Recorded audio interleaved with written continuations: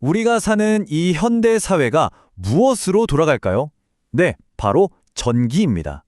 그런데 이 전기에는 아주 중요한 전제가 하나 붙습니다. 바로 끊임없이 공급되어야 한다는 거죠.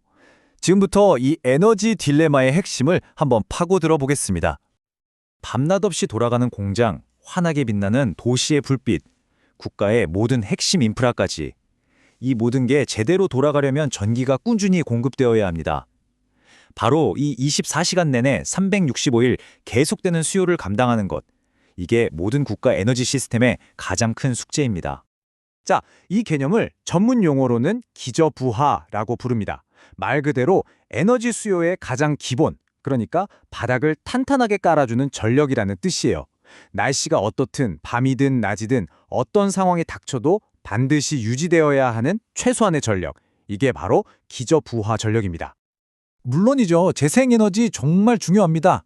우리 에너지 구성에서 빼놓을 수 없는 부분이죠.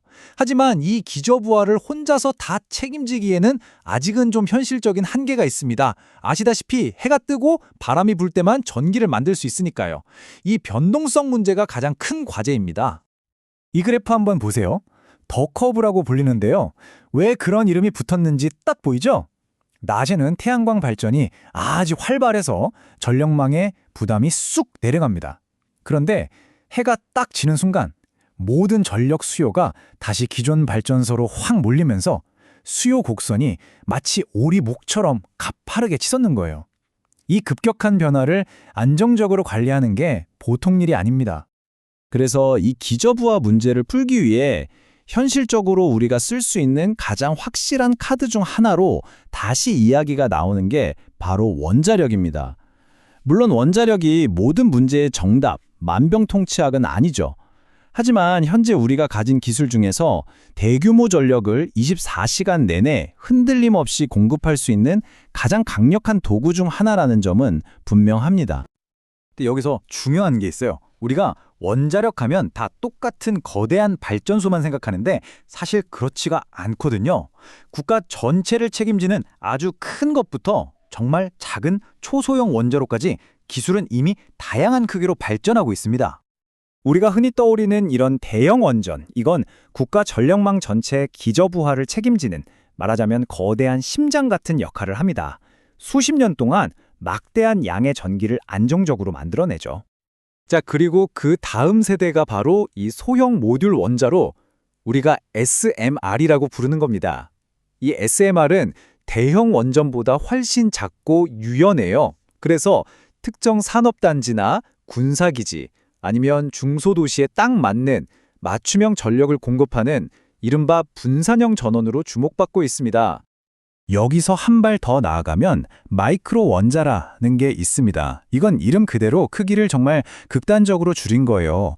어느 정도냐면 트럭이나 비행기로 실어 나를 수 있을 정도죠. 전력망이 닿지 않는 곳에 독립적인 에너지원을 아주 빠르게 만들어주는 게 목표입니다. 그럼 이걸 어디에 쓸까요? 용도는 아주 명확합니다. 최전방 군사기지나 갑작스러운 재난지역, 혹은 남극 같은 극한 환경의 연구시설처럼 전기가 단 1초라도 끊기면 정말 큰일 나는 곳들 있죠. 그런 곳에 말 그대로 가져다 놓는 발전소인 셈입니다. 자, 이런 기술의 발전은 단순히 엔지니어링의 문제를 넘어서고 있습니다. 이제 에너지는 전 세계적으로 국가 안보의 핵심 문제로 다뤄지고 있어요. 특히 미국을 한번 볼까요? 미국은 이 문제에 굉장히 진지합니다. 자국의 군사기지나 핵심 인프라가 외부 공격이나 시스템 붕괴로부터 안전하려면 자체적인 독립전원이 필수라고 보는 거죠. 그래서 SMR과 마이크로 원자로를 아주 현실적인 대안으로 검토하고 있는 겁니다. 유럽도 마찬가지입니다. 최근에 에너지 위기를 아주 호되게 겪었잖아요. 많은 유럽 국가들이 이제 에너지 공급을 단순한 경제 논리가 아니라 국가의 생존이 걸린 안보 자산으로 보고 있습니다. 그러다 보니 자연스럽게 안정적인 기저부하 전원인 원자력과 SMR에 다시 눈을 돌리고 있는 거죠. 자, 지금까지 대형 원전부터 마이크로 원자로까지 여러 가지 기술적인 선택지들을 살펴봤습니다. 그런데 선택지가 많다고 문제가 쉽게 풀리는 건 아니죠.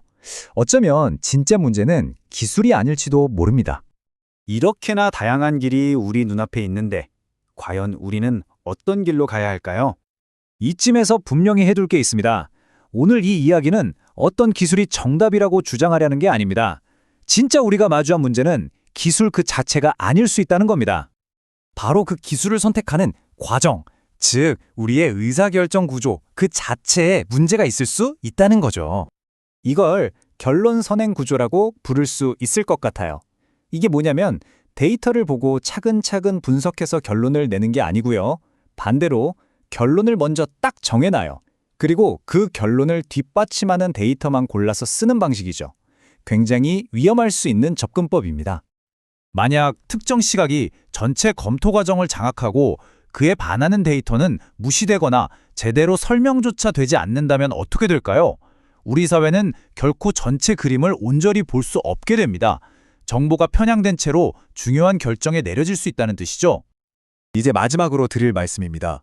이 문제는 미래를 위한 우리의 선택, 그리고 그 선택의 무게에 관한 이야기입니다. 결국 이 에너지 문제는요, 단순히 기술 전문가들만의 논쟁이 될 수가 없습니다.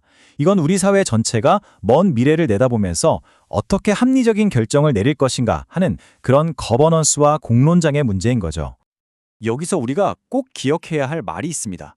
바로 선택하지 않는 것도 선택이다 라는 말입니다. 결정을 미루는 것 자체가 미래에 어떤 결과를 가져오는 또 하나의 행동이라는 뜻이죠. 그래서 다시 핵심으로 돌아가야 합니다. 어떤 기술이 더 좋냐 나쁘냐를 따지기 이전에 우리가 과연 올바른 결정을 내릴 수 있는 투명하고 합리적인 구조를 갖고 있는가, 바로 이 질문부터 시작해야 합니다. 오늘 우리가 내리는 이 결정, 혹은 내리지 않고 미루는 이 결정의 책임은 결국 우리 다음 세대가 고스란히 지게 될 겁니다.